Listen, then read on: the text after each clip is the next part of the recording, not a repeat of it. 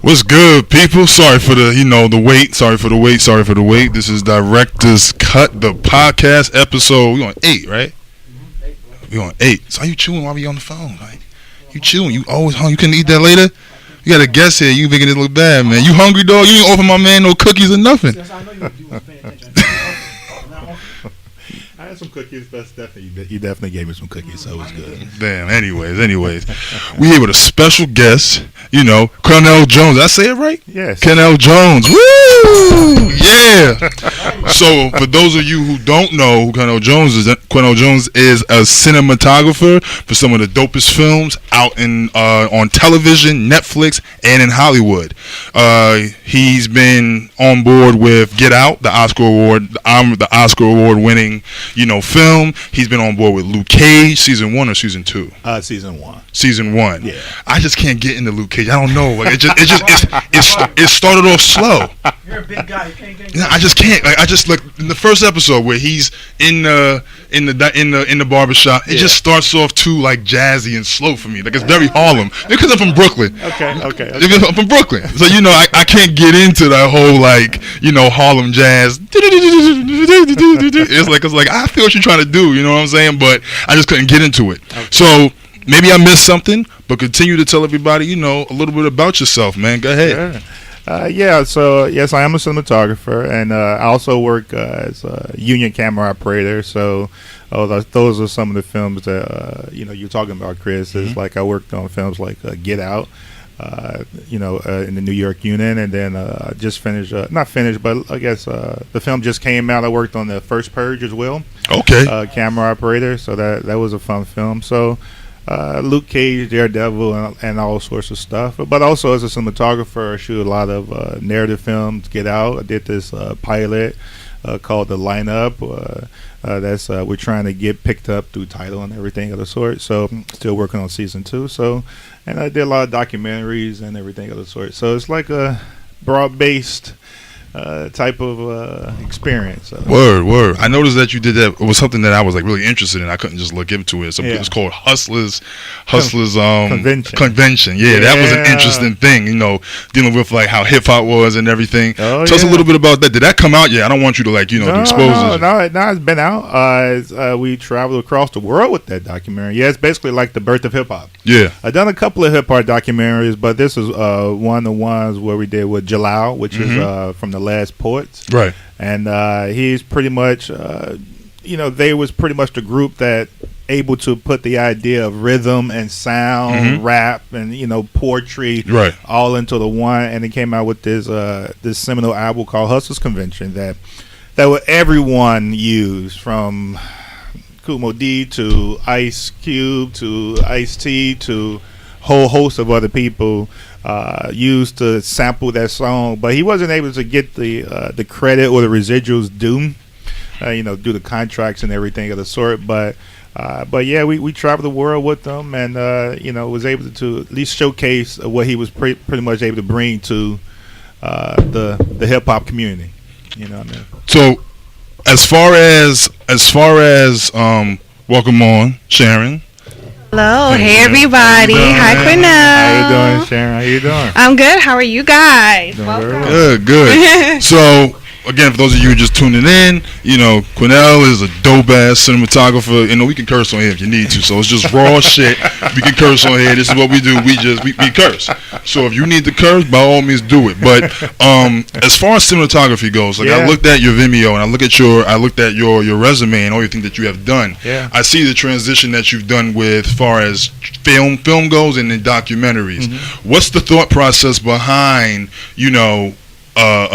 working on a film and a documentary? Because I know documentaries require a little bit more interview style, to whereas film is more like, all right, here's a script, this is what you got to do, blah blah blah. Yeah. They're different, but yet they're the same in some capacities as well. Yeah, because I have an undergraduate degree in narrative cinematography, okay, and a master's degree in documentary cinematography. So to me, it's all. I just like the whole community of filmmaking.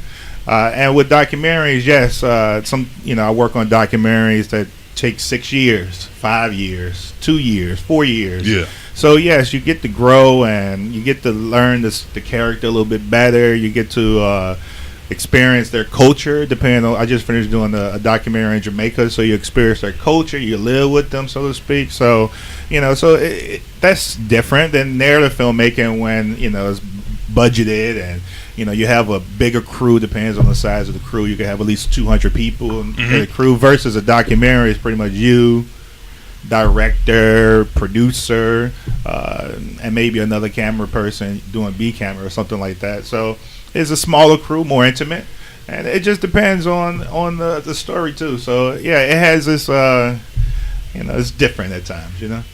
So is it? Do you have like a particular like?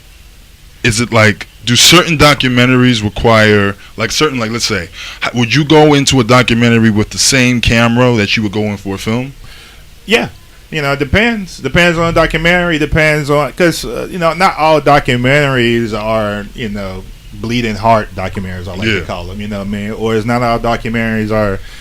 Some documentaries are just to give you a taste of a corporation. They call those industrials or corporate documentaries or so. So, documentaries can vary. Yeah, so you can't use high-end cameras. But I guess when, the more traditional ethnographic personal documentaries, you usually like to use a smaller camera to try to gain more intimate access. Hopefully the characters will forget about you. Usually they do when they get to know you. Right. Especially if you're on a documentary like for 4 years and you get to know the person gets to know you on different levels. So they get used to you filming and been around them. So yeah, it's definitely documentary has this way of doing that. So, but it's allowed patience though. It definitely is, because I feel like even on set, set when you get film, just that waiting around for shit. Like they'll say, "You're on board. You're on board for." I remember one situation. I was doing a documentary on Joe Frazier, the boxer. Yeah. What's that called? The Joe Frazier, When the Smoke Clears. It's When the Smoke Clears. Yeah. So we followed him for about when the documentary started to when we finished was 6 years. Yeah. So I remember, and we used to just hang around his gym. You know what I mean? Like, and just, the kids are practicing and doing their thing, and we just waiting all day for something to happen. And then, like, one particular situation, Joe Frazier just surprisingly just came down in, like, his old robe. Didn't tell us. So, came down in his old robe and, did some shadow boxing to camera. And I'm just, exactly. So I'm sitting there, and something to look at that shit. And that's what documentaries is like. You have to be sitting there patient, then you have to all of a sudden in like 5 minutes there's this big chaotic thing because if you miss it, it's gone, and they're not gonna redo it. It's not gonna happen again. So it's one of them sort of deals is like a level of patience, then like 20 minutes of sheer chaos, and then back to patience again. So yeah, it has this flow, definitely. So what were your toughest challenges in film? It depends on the job. Every job is different. And that's the beautiful part about filmmaking. Every job is different. But, the weather can be tough. I remember I worked on a movie.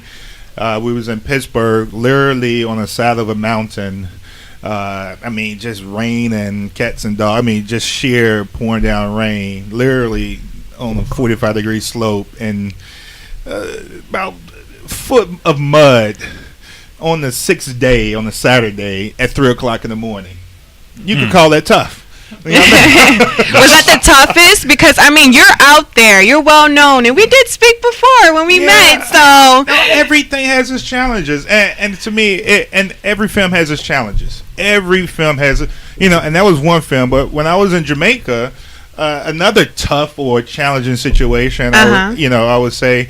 We're in the middle. I'm doing this documentary on Jamaican track and field. Usain Bolt, the whole culture. We went around Jamaica, Kingston, and my team. We drove all over the country. I've been all to Maroon Town and everything. So we in there, but we at their their big stadium, 30,000 people. They doing this whole event, and the opening ceremony started. Great, So I take my camera, I go run. I'm running over the field to. Then I hit the switch. I just turned the camera off to cool down because it's hot. So I turned the camera back on to get the opening ceremony. It wouldn't come on. So I'm like, okay, what's going on? The opening ceremony is starting. So I'm running back, trying to do tech. Come to find out that the particular camera, the motherboard died. Wow. Jesus fuck. I would have been panicking. How'd you let that shit happen? How did that go down, man? During the opening ceremony that would never happen again, we're in the middle of Jamaica. Like you can't say, yo, hold up, stop. Like, hold on. We can't do this Hold right on. now, yo. We can't do this right now. Like, I know. 'Cause I feel the same way too. Whenever I was like on set or some shit like that, because I had done a YouTube show. Yeah. So I had done a YouTube show that literally required, like, you know, just certain things. Yeah. And I had a short period of time, so I had to like gather all these things quick because you can't get these moments back. No, you cannot. And sometimes those natural moments are very, very important. That happened in the narrative film. film, Yeah. and that's why I was saying about the different. That happened in narrative film too. You know, it's almost like sometimes the pace of the day have to happen so fast because of time and budget, or they're kicking you out the location, whatever the case may be, and you have to improvise. Yeah. You know, what I mean, first thought, best thought. You know what I mean? And that's usually come through experience and time and understand that, no, this camera goes here. Why with this particular lens? Why? Because we have to go. You know what I mean? So because sometimes you just can't sit there and like paint in the frame and like genuine. Okay, maybe we have to go. It's time and money. We have to get out the location. So that documentary experience can really improvisation and being able to think on my toes can help. Definitely. So that's what I mean about narrative is one sort of mode of filmmaking, documentary, but they both have a conversation though. All right, so now I want to get to the nitty gritty. I want to get a little dirty. Okay. So I know you've seen a lot when it comes to the industry. So like when it comes to actors and things behind the scenes, what is the wildest shit that you've seen? Like you're like, oh my god, did they really just do that? Does this really happen? Like, I mean, especially when you first started, like what blew your mind? Like, holy shit, I really got into this industry. Like, and trust me, though, listen, you a professional. You a professional, dog.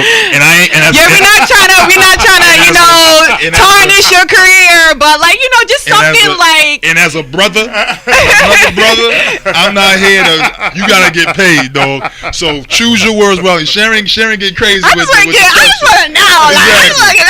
Ooh. I want to make sure you don't gotta say no names. I'm not gonna say say like crazy people. I'm not gonna say crazy people, but crazy situations. Yes. Obviously, I did my fair share of hip hop music videos. You know what I mean? And hip hop music videos can, get a little ratchet. Yeah, people throwing up on the sides, stuff like that, having sex in the corners. Videos ain't the same that they used to be. Like that. How about this? I just say the community is invited in. You know what I mean? So, and all of a sudden, it's like a whole hodgepodge of people. It's hard to film. Word. But at the same time, I worked on like Sex and the City, the movie, and because everyone. Which one or two? The first one. Oh, okay. Okay. So everyone. I mean, every place we filmed, from paparazzis literally standing in front of the camera to people like walking up to actresses and security officers. Yeah, I've seen a couple of the security officers on the Sex and the City set may have had to push some people away a little aggressively because they wouldn't leave. You know what I mean? So yeah, it's I've been around the business. So it gets a little wild. I've seen crazy stuff, man. But also, crazy production. That's what I mean about filmmaking. Every set is different. I mean, I've worked on foreign films, and I worked on. How was that? Foreign, like being in a different country and different language barriers. That's more documentary maybe shit. Have to learn how to communicate. You're doing that documentary shit. It took about 4 years to make this one scene. It's different, man. I worked with Turkish production companies because I went to grad school in England. Nice. So I was able Which school? University of Salford in Manchester, England. So, shout out to Manchester. Yeah, shout out to Manchester. Great beer. Boddington's beer is a great beer. But yeah, so I was able to work with a lot of international people. So from Turkey to Greece to Malaysia and obviously from England. So everyone has this variety. But I also shot a TV show across Canada. And that was wonderful. The Canadian people are like very nice people, very open, very wonderful. And what's surprising to me, we walk in random establishment and you hear R&B and hip hop. And I'm like, you don't really hear that in America. Just like walking like any random establishment and I hear R. Kelly bumping out or Luther Vandross going. I'm like, damn. Hey. I'm like, wow. And then you see big murals from like jazz musicians. They really respect black music and black culture up there, and I really appreciate that. So nice. Yeah, that's gangster, son. That's gangster. Yeah, Canadians are really impressive. Yeah, definitely. So like, let's go back to like, I hate to bring it up. We already got past the Luke Cage part. We already got past all that other stuff. Sure. Let's talk about this Get Out situation. Now, how the fuck did you get in with, like, have you worked with Jordan Peele before? No. Or did they say, yo, we need a dope ass cinematographer. I got the shot. We're gonna shoot these crazy ass white people, and we're gonna just change the game. No, actually, it was not. I was. They shot the film, I think, in Alabama or something, and they came up to do a New York unit, which is the ending, because they needed to reshoot it. And I worked with the cinematographer before, Toby Oliver, on another movie, and he called me up. He said, "Are you available for this movie?" I'm like, yeah. And it was trust me, it was a small film. No one was thinking about that came after. And I'm like, yeah, definitely, I'm available. So we did we shot upstate. And did you see the script first? Because I know like. You don't read the script because I know. No. Every operator, you get the script and you read it and you have to be aware. You have to know the story. The storyboard, right? Yeah. You have to know what's going on. So no one was thinking about it on that level. It was just okay. It's interesting, And yes, we had upstate and. With Jordan Peele. And I have to say, when I first met Jordan Peele, I was like, oh, whoa, what's up, man? How you doing? Welcome. We're going to be working together. Is he awkward? Is he like no, and I'll be straight up. The first thing he said to me, he was like this, because he was shocked to see me. He was like, I ever worked with a black camera operator before. I said, well, you can't say that no more. So that was like our first introduction, but it worked out well, and I have to say, it was very funny at times because I did the ending, with the TSA coming out and him. So that was your shot. Yeah, all that stuff, and I did the end. Like I said, it tell everyone it's like there's the beginning, there's the middle. I did the ending, and I came in and I had a wonderful time, and it was a great opportunity, and had total fun. So how many cinematographers was on that film? It's one cinematographer. Oh, okay. Because I was confused. I worked as a camera operator in New York unit. So, okay. Okay. But that's still significant if you. Right. No. Yes. Definitely.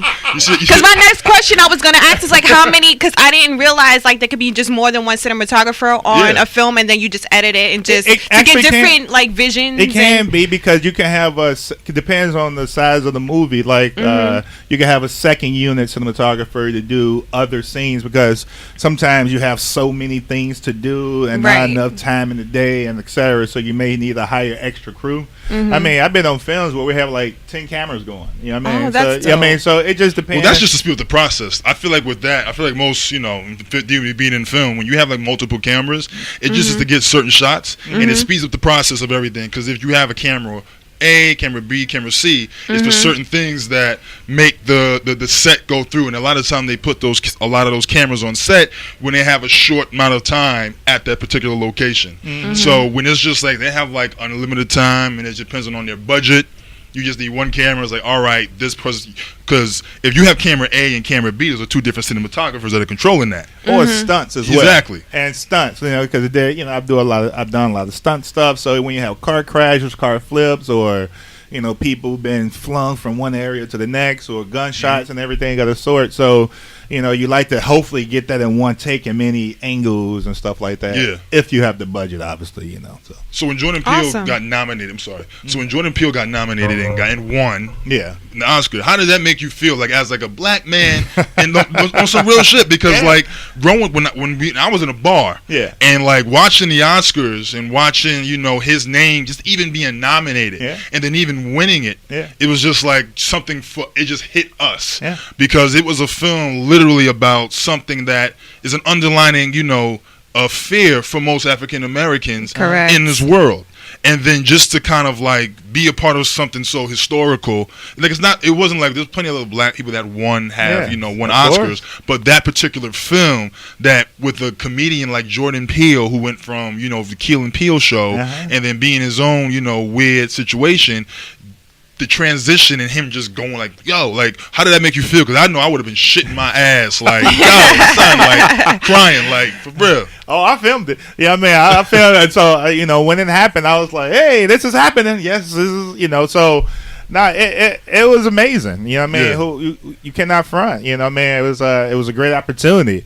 You know what I mean? I'm just pleased to be a part of it. I just say I try to explain it like this. It's like, imagine, you see a rocket go up and you see it go up and visually, and then you look and you figure out that you attached to a rope with the rocket. You're like, what the hell? Yeah, man. So I'm about to go up. Oh shit, yeah. So it was that sort of like, oh wow, I am connected to this. So Right.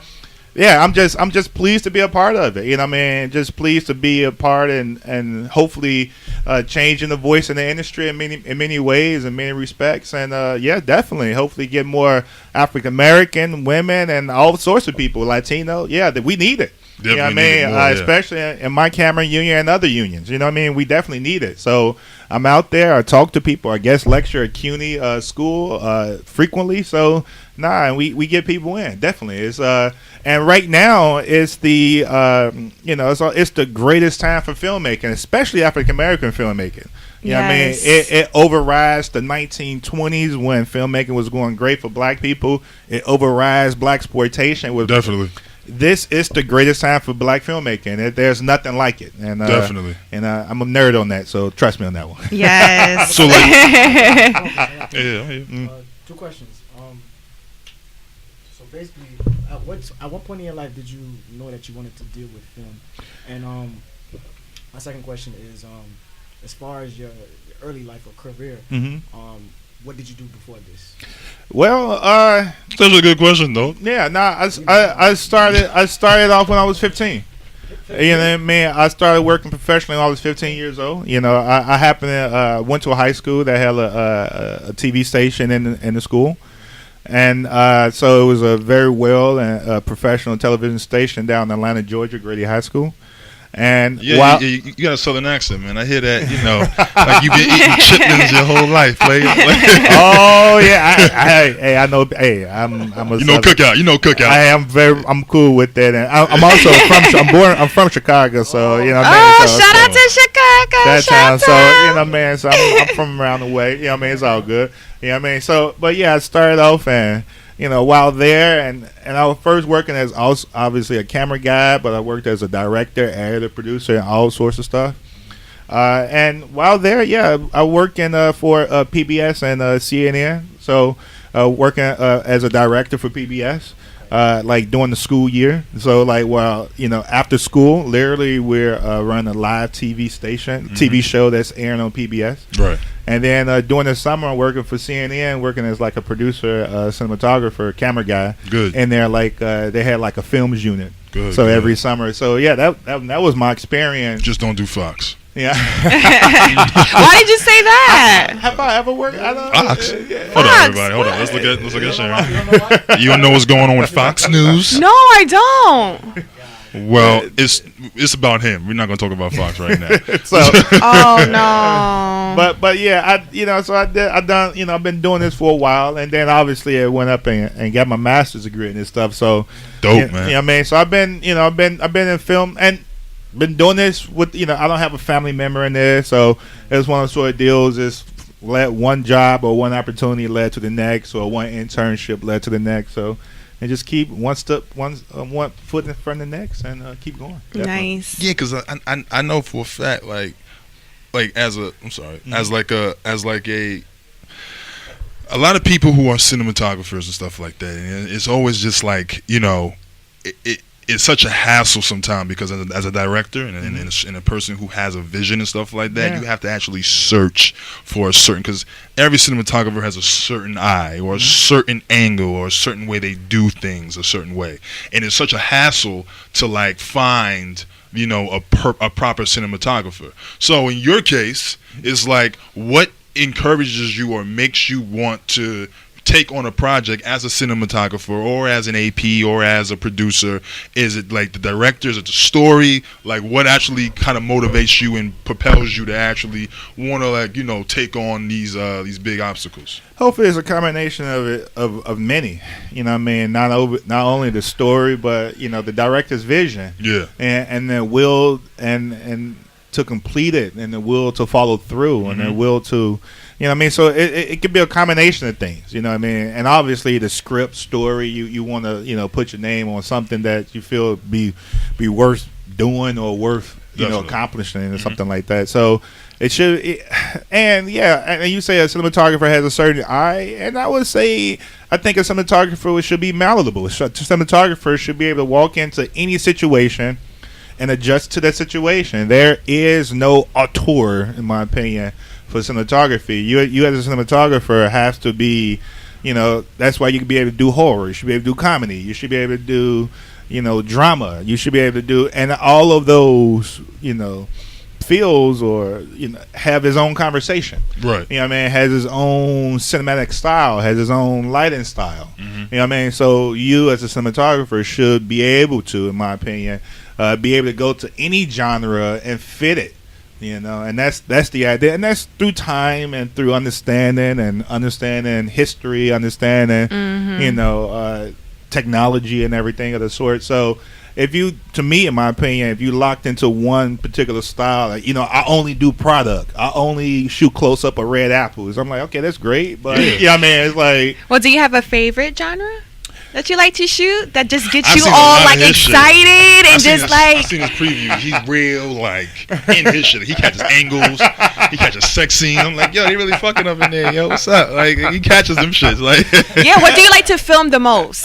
you know, every That just gets you like, yes, give it to me. Is it awkward? Is it like hold on for that thing? Is it like awkward to like be filming like a sex scene and you just look at the camera like? Is it like you just stay at the shit? No, like you stay professional, you know what I mean? Because the lady, or the guy there, and the guy too, can be very uncomfortable. You know what I mean? You stand there with a camera, you're like, so you taking everything off, right? You know what I mean? So yeah. So even the man and the female can be very awkward in that situation, and everyone. So you have to remain professional. You have to remain and say, look, it's okay. We're getting these particular angles. We're not here to. I'm not here to get the terrible stuff. You know what I mean? We're here to, you know, we're telling a story. You know what I mean? And obviously, you may have a closed set. You know, disavow other crew members who don't need to be there. So you try to make it as comfortable as possible, because you're trying. You know, story is not always. You know, sometimes it's drama filled. You know what I mean? But going back to your question, I was just doing a comedy yesterday, and you know, I had a great time. You know, I've done a lot of comedy where. Hopefully, I'm not shaking the camera. You know what I mean? While From laughing, yeah. You know, but also, I've done a lot of horror films. You know what I mean? I just finished doing. You were scared of some shit, like, oh shit, I forgot this was gonna happen. Exactly. Like, you know what I mean? You know, we do certain shots that, you know, just gonna, you know, we're gonna try to scare the heebie-jeebies or make it awkward for the viewer. You know what I mean? I was just doing a horror film down in NOLA, so in New Orleans. You know what I mean? So you know. That's what I was saying about cinematographer or even as a camera operator. To me, you have to have multiple styles. You know, it's not. You know, I just don't shoot red apples. You know what I mean? I shoot as I have a very. That's why I say I have an undergraduate degree in narrative cinematography and a master's in documentary. I'm an image maker. Yeah, there we go. You hear that? Them degrees, boy. He knows it all. Exactly. Yeah, that's what's up. Because I feel like most again, I also because like. Whenever I shoot, whenever I try to shoot and stuff like that, I always want to make sure that I got to tell a story. Yeah. And I want to make sure that whatever story I'm telling, it's clear, it's precise, and I'm always like second guessing, like, because I'm doing a lot. But not everything's about story.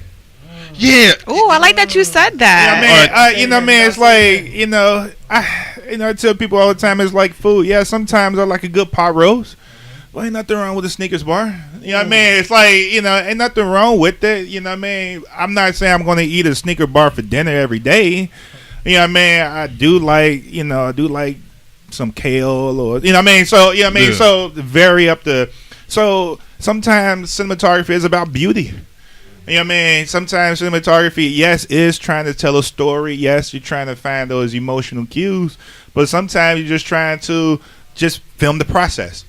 You know what I mean? So it depends, and that's what I mean about filmmaking. It's not just, you shouldn't be so monolithic, in my opinion. It's about just understanding what you're doing and understanding where you're going to go with it. You know what I mean? And then you try to figure out, okay, this is how we're going to do to achieve it. I don't know. All right, so I don't know, dog. I feel like a lot of these damn. I went to NYU with this whole shit and stuff like that. Yeah. And a lot of these goddamn like cinematographers, like no loss, like respect y'all, keep doing what y'all doing. But in my personal opinion, in my personal experience, I just honestly feel like it's just always everybody's trying to do this little artsy thing. Yeah, like there's a person, just walking in there wondering what happened to, that's good too. and it's I don't. like silent film, those were dope back in the day, good and that's too. art, and it was really no story. Like you had to really think. Like people have different perspectives of like a silent story. What about avant-garde? Avant-garde.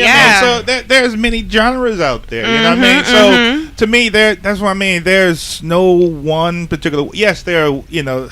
There's not even American style. There's plenty of films out in India. You know what I mean? India, they shoot one film because India is such a big country and they speak many, many languages. So for one film, they will film that one film in 4 different languages. So take one as one language, take two as another language, take three. So that creates a different style. And I've been watching a lot of Japanese film. You know what I mean? I've been watching a lot of Korean film. So filmmaking, I've been watching, obviously, Nollywood. There's a lot of South African films out there. Yeah, it's getting lit now. Oh, it is astonishing because think about it. The number one film industry in the world is Bollywood, India, right? Mm-hmm. Number two? It is. Number 2 is Nollywood in Nigeria. And Hollywood is number 3. You know what I mean? So there is so many different films and styles out there. So why do you think about Bollywood is more successful than Hollywood and Mollywood? Because they churn them out. they you know what I mean? They also India. I mean it's not only Bollywood, but they have this thing because Bollywood is now south of India. North of India, they have Tollywood. Oh shit! It's such a big country, that many languages, that they have so many different. I mean, that's what I'm saying. Is like film is not just a Hollywood system too. It's all about self-expression. Yeah, I mean that's what I'm talking. That's what I'm trying to really get at. It's really about self-expression. It's really trying to tell a story, but also sometimes it is about beauty. Yeah. Sometimes it really is about, so it has a multi-dimensional. So all right, wait. Shut up. Yeah, I'm sorry. Yeah, I want to get back to the nitty gritty because this is the nitty gritty. No, but from a director's point of view, like I want to just know how, like on his side of the camera, like what do you see when it comes to an actor, and like what do you want, like the light, like especially when it comes to a sex scene or very intimate scene or a romance scene or an emotional scene, like what do you look for? Like, do you direct them, or is there a director, or you try to? Because I'm not the director, I'm not directing, but it's cinematographer is more about getting them in the right body position, getting them in the right light, and hopefully with a good actor, you can see it through the eyepiece. You know what I mean? When the actor gets it. Yeah. And for me as a cinematographer, is trying to make the set as comfortable as possible. I don't. Not screaming, not fussing, not like try and make. I've never seen a cinematographer yell. Oh, you haven't been around a lot of some, you know what I mean? So it depends. Some cinematographers have certain styles, you know what I mean? But me, especially dealing with an actor or actress, is more trying to make the set as comfortable as possible. Because way back in undergraduate, I took acting classes, you know what I mean? Just to see how it is to be an actor. And I've done a couple of short films just to see how it is to be on the other side, just to understand their process. Right. So when we on set, so I understand that they have a job to do too. I know I have a job to do with lighting and camera and lenses and stuff, but they doing the job as well. You know what I mean? So trying to make them comfortable, trying to understand that they try and get, and when they're comfortable, you can see it. I mean, there's no question. You know what I mean? That's when you be saying like, okay, now I see why you get paid $50 million. You know what I mean? Because not all actors can do that. You know what I mean? When everyone say like, well, he got 50 million and they got 3 million. I'm like, there's a difference. You know what I mean? I hope, you know what I mean? I've been in some situations where, actors are like, I'm like, did you practice? You know what I mean? I don't know. You know what I mean? So it depends. You know what I mean? But everyone has his cues, Okay. Shane, you done with your questions? Yes, sir. What's your question, Steven? Another question. There you go. So, since you've been, working with different people, Yeah. what other directors can you see yourself working with? Chris Williams. Chris, we didn't get to you yet, bro. But not yet. Like, what directors or actors that you can see yourself working with? Sharon. I could work with, I'd be curious to work with many directors. Have I sat down and say, oh, do I want to work with one particular director? I don't think so, because, I always, it's almost like when people say, do you have one particular cinematographer or one particular movie?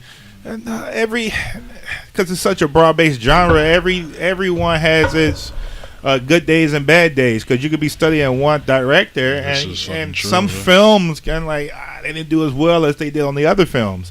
So to me, and some people can have a really great day and make a great film, but never got the finance and to make another one. You know what I mean? So So to me, that's why I try to keep my options open. So no, I don't sit around and I wish I worked for XYZ.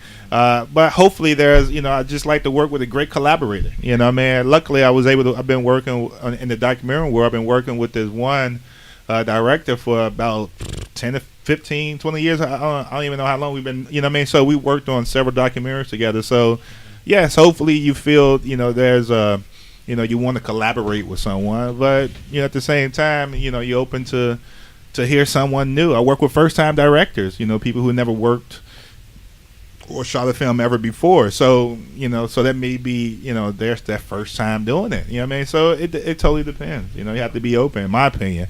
It's this business. You have to be malleable. You have to be you have to be able to change. You have to be able to evolve, in my opinion. Yeah, because I with that, like I was saying before, is I was talking to a few of my people about how do a lot of actors and a lot of directors and a lot of cinematographers and a lot of people who are in the film world, there's not a lot of sitting around and waiting for the next project to come across.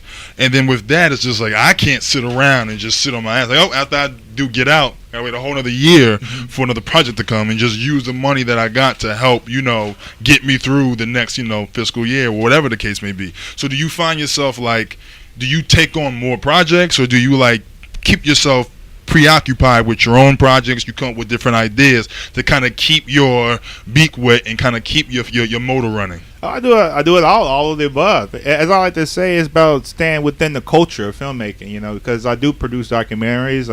I go to film festivals. Yeah. I go to forums. I listen to other cinematographers. I listen to other directors. I hear their trials, tribulations, and their horror stories, their war stories, their triumph stories. War stories.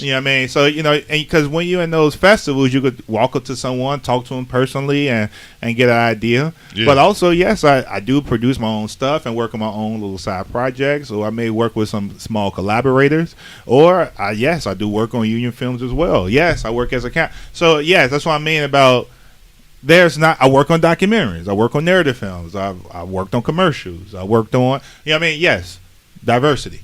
Yes, I don't. That's what I'm saying is I keep going back. No, I just don't shoot apples.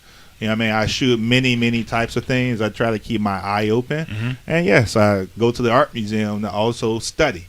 Not working is not all the time actually the act of working. Working sometimes is preparing for work. So when the time comes, you're ready.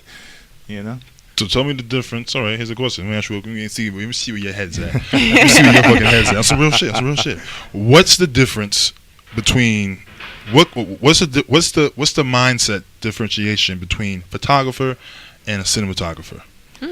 One takes stills, and you're looking for one singular moment, while a cinematographer is looking at motion. You're looking at the whole action from top to bottom.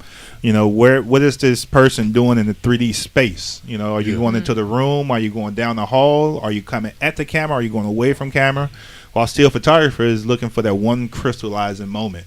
Whatever that moment is it to catch a person off guard, or to catch a person within deep thought? Whatever the case may be, or they try and catch an artistic moment, or to catch the right light. While a cinematographer has to create the right light. You may have happy accidents as well, but you have to create that vision. You have to come in with the game plan. Because now you have a crew. You know, with a still photographer, it's just you and the camera. Mhm. While you as a cinematographer, now you have a crew and everyone's waiting on, so where you want me to place the light, where you want me to place the camera, and where the actors going to be placed in this 3D space. Yeah.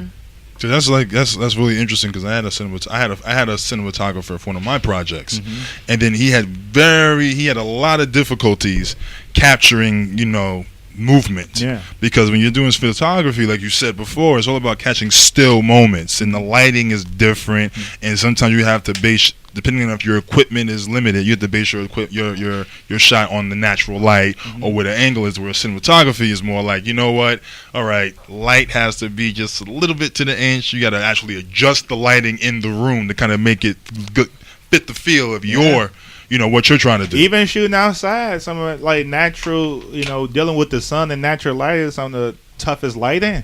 You know what I mean? Because you have the sun, which is like 1 billion watts or whatever it is, and you have to try to augment that and different lighting, and it changes every second, right? You know what I mean? So the light is moving all the time. You know what I mean? So then that means that you cannot be moving at a slow pace. Because it's like you could shoot this way and high contrast and shoot the other way, and the sun is gone.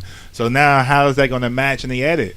You know what I mean? So yeah, it's a lot involved in cinematography versus still photography. You like the right light. You may wait for that particular time as well, but you waiting for certain moments, and whatever the style of the photographer. Like I said, some going for beauty, some going for art, some going for story.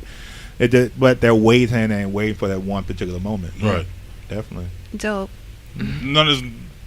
Now I'm gonna get to the nitty gritty. I'm thinking about it. Like, let's just say that we got about 15 minutes before we can actually shut down and everything. Yeah. But I'm black, she's black, he's black, and you're black. Am I? I don't know. I don't know. Oh, I'm very black. But you're a cinematographer. Yeah. Damn near working in Hollywood. Let's just say you work in Hollywood. Yeah. You work in a big time, profitable industry as a black man and as a black cinematographer. What I look for when I'm trying to work on my projects, I'm trying to look for more black female cinematographers. Yeah. And it's a very scarce. There's not a lot of us, not a lot of them out there in the world. No. And one of the particular reasons why I go for female cinematographers is because, of course, females have a natural eye for certain things and certain colors that us men just can't do. So I always actually prefer to have a black female photographer or cinematographer, but it's so difficult to find it. So in your field, have you find yourself limitations like where it's like, I think he'll be good, but you know what? I don't know. He's black, or it may not just say you're black, but they may just kind of give you the cold shoulder, like, oh, let's just find somebody else. Even though he's good, I just don't want to have an African American name on the credits as one of the cinematographers or an AP or a producer. So, have you ever experienced any of that in your life, especially with your whole resume and your whole lineup of work that you've done? Yeah, I mean, definitely. This industry, especially in the camera union, there's about out of like 9,000 members, only about 2% African American. Right. You know what I mean? So yeah, there's not a lot of African Americans camera operators and photographers. Like I say, I go out to lecture in CUNY and other schools to try to encourage more people, and I have gotten more people in the camera union, the camera world. And yes, there are people who look at you and may not think that, do you really know what you do? Even though I have a master's degree, you know what I mean? But that's, you would say, is that only from white people? No, it's not actually. I've gotten that from Latinos and African Americans as well. You know what I mean? So, because there's a certain comfortability, I guess. You know what I mean? I've lost jobs to, white people who from, like I said, African American and Latino films, they hired a white person because they felt the white person will. I don't know. I can't deliver better. I don't know. I'm not in their head. You know what I mean? I don't try to get anyone's head. But I'm just saying that happened. Not just through just African Americans. It happened. Not just through white people. I mean, it's just every culture because they're not used to saying and they're like, do you really? Can you really? Even though they know you. You know what I mean? So, yeah, that happens. But at the same time, this is a tough business. You know what I mean? And I'm just saying, I don't give a fuck. Because you know who you are. Okay. You know what I mean? Yeah, I mean, at the end of the day, I really, really don't give a shit. Yeah, I mean, you know, what I mean, I keep going. I create my art, create my work. And yes. If you want to be a collaborator, great. If you don't want to be a collaborator, that means we were not meant to work together. There you go. I mean? So, boom. I mean, so you move on. You know what I mean? I look at there's a lot of film out there. There's a lot of opportunity out there. There's no reason to be bogged down on one particular person not giving me one particular job at one particular moment. It's not worth my time. And I just say, okay, great. We move on to the next. There you go. I feel like that burdens a lot of our people too when we dwell and we hold on to shit a lot. It's a freelance business. Yeah, it is a freelance business. You have to keep going. Yeah, I mean, you have to keep going. There's and that's not just in film. That's just in life. Yeah. You know what I'm saying? Like that what you just said is not just for your industry. It's just for everybody's industry, especially as African American people. You know, and you going through what you're going through and being limited, and the people, even your own kind, being like, you know what? Nah, I don't fuck with your shit. Yeah. I prefer to get, you know, Albert who shops at Whole Foods and stuff like that. I mean, you probably shop at Whole Foods too, but you know what I'm saying? You know what I'm saying? But it's just like it sucks is that our people kind of just limit us, and not just in the film industry, just in a lot of different things. Yeah. And like I just want to know, like it's coming from like you, and you're in a real and you've done very well with what you've been doing so far. But I know you do encounter those, you know, those hurdles and those obstacles where it's just like, you know, like, oh, you know what, you're good, but I'm gonna get this dude right here. Oh, yeah. Because, you know, I just kind of trust him, and that's how most of African Americans think. You know, there's a lot of people who honestly prefer, you know, white Jewish attorneys over than black attorneys because they feel like the black person never really has their back, or they feel like they may kind of have motives, or they may do some slimy, grimy shit and bite them and stab them in the back, when it's just like, you don't know what that other person, anybody could do that shit, but it's just how we're conformed. We're just being more comfortable with what the norm is, right? You know, instead of riding with our own people. Exactly. Like they put us against each other. Well, not really them, but it's just like the stigma and exactly. Yeah. You know, so it's just like, even he could be a bomb ass. I worked on Get Out. Oh, okay, that's nice. But we still gonna go with this guy right here, just because, you know, and as and they're not gonna tell you. It's literally the color of your skin. It's like they just don't feel comfortable. It's like, all right, what's this person? Where's he from? But at the same time, you know, like, because there are white people who do black films, or, you know, minority or ethnic films. You know, obviously, you know, me being a black man going to black situations makes them a little bit more comfortable. I remember one situation, I'm not gonna say no names, but I working on one film. I'm gonna just say a film. And, you know, after meeting with the producer, director, we had a great conversation, and the producer accidentally texted me instead of the director and said, "Oh yeah, it's a good thing he's black too." You know what I mean? So it's a positive thing too, I guess. I don't know. You know what I mean? So yes, it's a crazy business. You gotta have tough skin. It is what it is. It's like people don't really. I feel like in the industry, people don't really mean that much harm. It just comes with the territory, and it's just like it's a mentality and a state of mind. Like people don't think twice, so they just go with what they feel is the best, and they're not really considering the motives of the other person and the credentials of the other person, no matter the skin color. Like you said before, it can be with any. It can be within nationality and credential of a person. Yeah, and yes, like I said, obviously, you know, when I'm in the white business, and you know, I have white hurdles, but I've ran across my fair share of black hurdles as well. You know what I mean? So you know what I mean. So that's what I mean about, you know, we're in a freelance game.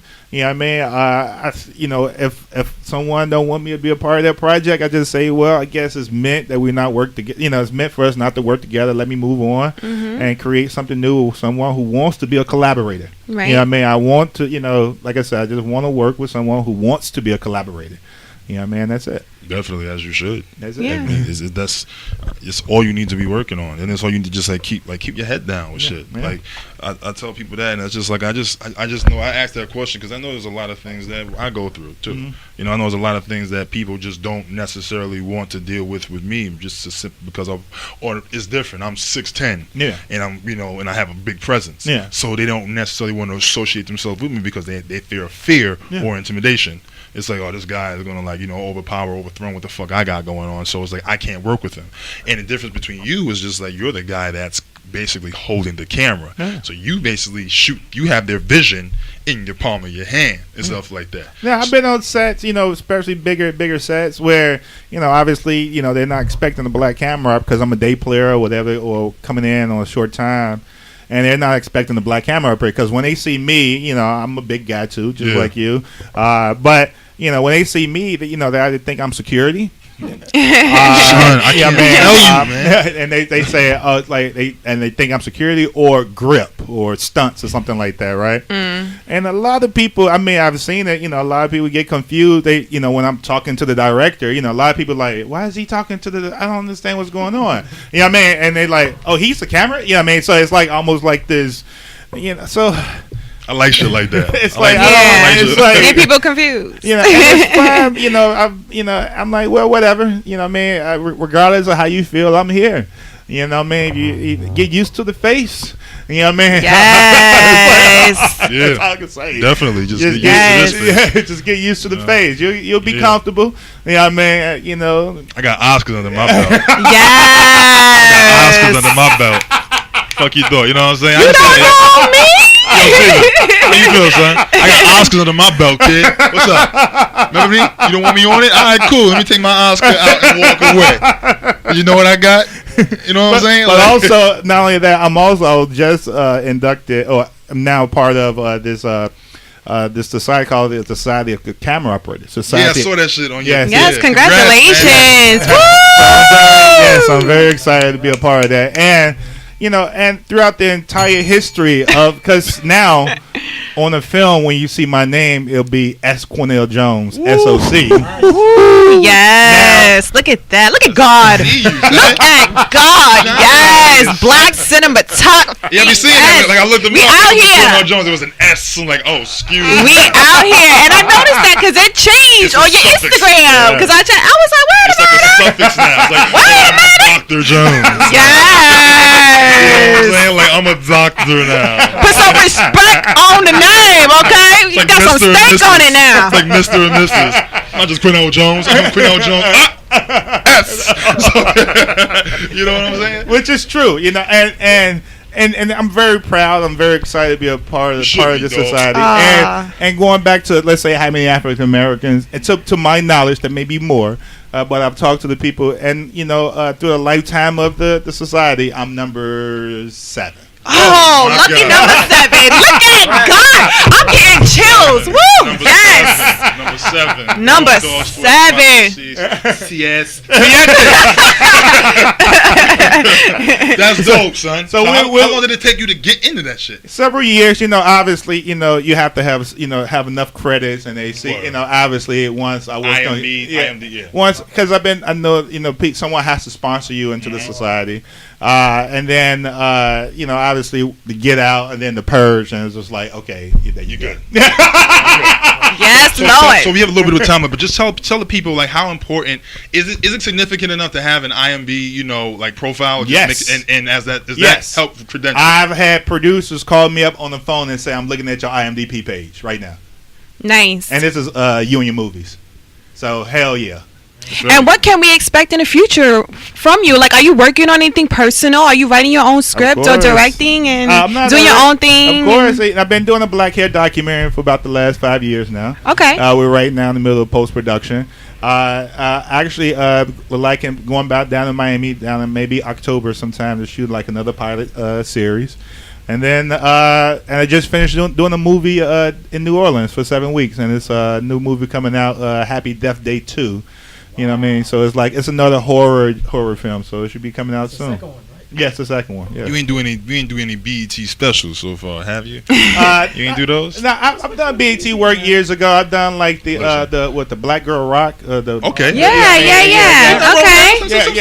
I've There's done something it. good there. I'm just saying, like, Yeah, you know how yeah. black BET specials are. They come down and be like, done kind of the same, black stories about crime, rock, you know what I'm saying? Like, Yeah. it's almost Tyler Perry. It's like, it's BET specials and Tyler Perry. They kind of, it's like right there, you know what I'm saying? Yeah, no, I like years ago, probably like 8 years ago, I used to, Black Girls Rock and, shooting like there's stuff that used to be taking place in Harlem and stuff like that. So yeah, that's dope, son. Yeah. So yo, we got 4 minutes left. Make it real quick, and it's all about you. In these 4 minutes, you're gonna keep it funky. You're gonna say what's on your mind, and we're gonna do this. So what I want to know is this: what a lot of the viewers want to know, and anybody who's a cinematographer, anybody who's out there in film, what advice can you give them as far as, you know what, fuck it. What advice can you give them as a black cinematographer working in Hollywood, and how do you kind of keep your head down in a populated, negative, you know, with all the publicity going on as far as, you know, rape, you know, sexual harassment, all other shit? How do you keep your head down and focus in this industry with all that shit happening? To me, it's all about the work, and I'm going to take a day off. You know what I mean? Because, you know, like some people look at some projects and they say, well, the budget is XYZ, Right. so I'm not going to bring my A game today. You know what I mean? And my experience is those particular budgets that have no money are turned out to be some of the greatest projects that got me, you know, that went worldwide and everything of the sort. Why? Because I didn't take a day off. You know what I mean? Because I know, you know, so to me it's about, you know, obviously creating your projects and being focused and being true, but, you know, coming to work every day ready to go. You know, A game every day. Every day. Every day. Every day. Every single day. Every single fucking day. There you go. And you heard it from him himself. Like, you heard it from the man himself. Yeah, because you know it's tough out here, dog. I be saying Yeah. the whole thing, like, you know, you see a lot of this shit happening with this whole Kevin Spacey shit. That shit broke my heart. Mhm. You know, this whole Morgan Freeman, Yeah. everything. You have all these different things, but Yeah. Cosby coming on, it's Yeah. just like you gotta actually keep. You gotta be like, I'm nervous. I'm nervous as fuck just going into an industry. Like, yo, I can't even like talk to. I don't want to talk to a girl if I'm like, yo, somebody got to talk to her. Yeah. Because just the most simplistic, the most Yeah. thing can go sideways. Yeah, no, and it's- backfire and fuck your whole shit No, up. sexual harassment is big. You know what I mean? And it's justifiable because, you know, on the set, you know, those cat calls used to be normal. You know what I mean? And now there's a greater evolution of that stuff to be stopping. I don't see nothing wrong with it. You know what I mean? And just making a more safer environment. Hell, you know, I was just working with some gay camera assistants. You know, they're now lesbians. You know what I mean? So, you know, now they're coming more into the industry, and you know, ain't nothing wrong with it. You know what I mean? Because it used to be, you know, especially behind the scenes in the camera world, it used to be just white male, Yeah. and that's it. You know what I mean? It's So crazy, you know bro. what I mean. So now it's more about, you know, trying to show this industry what America really is, which is more of a diverse group of people, from Asians to Indians to blacks, whites, and you know, po whites or All whatever. looking to self-express. That's So- it. and create beautiful art. Give everybody your Instagram and just say, Yes, yo, yes, gotta yes. go, yo. Give everybody what's your Instagram, yo. Quenell Jones, SOC. SOC. S-O-C. Yo, this is Director's Cut Podcast. Sharon, Chris, Steven, and Quenell Jones. Peace. Thank We love you. We out. Thank you, everyone. everyone.